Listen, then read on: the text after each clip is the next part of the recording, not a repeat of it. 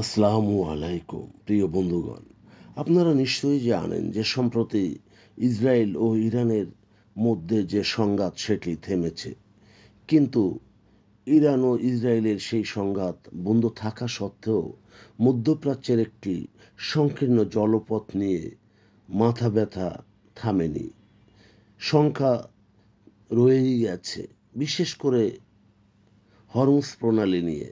তাই মার্কিন central command এটির প্রতি নজরদারি রেখেছে, বিশেষ করে যেখানে ইরান যে কোনো সময় এটি বন্ধ করে দিতে পারে।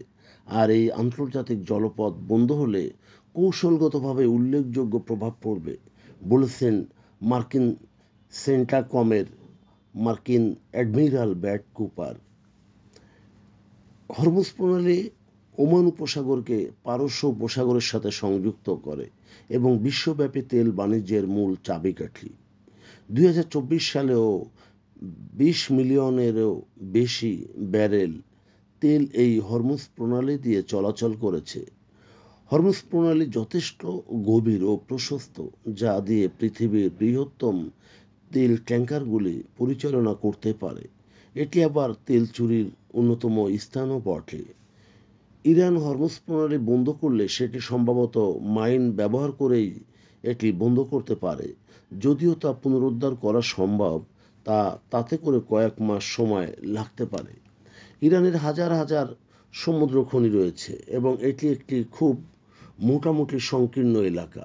বর্তমানে বিশ্বের বৃহত্তম খনি শক্তিগুলি রয়েছে মধ্যপ্রাচ্যে। ইরান ইসরায়েল যুদ্ধ বন্ধ হওয়ার আগেই ইরানি পার্লামেন্টে হরমুজ প্রণালী বন্ধের পক্ষেই ভোট আসে, যদিও এটির চূড়ান্ত সিদ্ধান্তটি দেওয়ার একমাত্র মালিক ইরানের জাতীয় নিরাপত্তা পরিষদের। নিউ ইয়র্ক টাইমসের মতে, হরমুজ প্রণালী বিশ্বের 1/4 তেল ও বিশ্বের 20% প্রাকৃতিক গ্যাস প্রবাহিত হয়।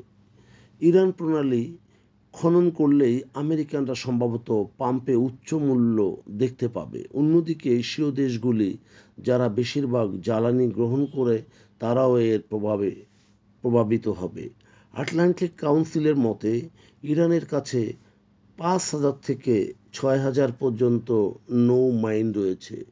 ইরান ট্যাঙ্কার আক্রমণের জন্য তার উপকূলীয় প্রতিরক্ষা ব্যবস্থা বা মনুষ্যবিহীন বিমানবাহী যান ব্যবহার করতে পারে। ইরান ইরাক যুদ্ধের সময় বিশেষ করে 1984 সাল থেকে 1988 সাল পর্যন্ত ইরান হরমুজ প্রণালীতে মাইনিং করেছিল, যা ব্যাপ্ত ছিল যুদ্ধ বন্ধ অবধি।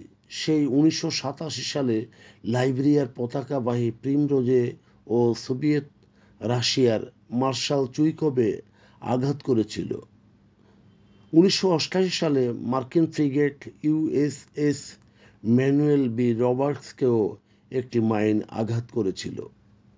প্রিয় বন্ধুগণ, যদি আমাদের এই তথ্য গল্প আপনার ভালো লাগে, তাহলে লাইক এবং শেয়ার দিন। এবং আজ আমাদের সঙ্গে থাকার জন্য ধন্যবাদ।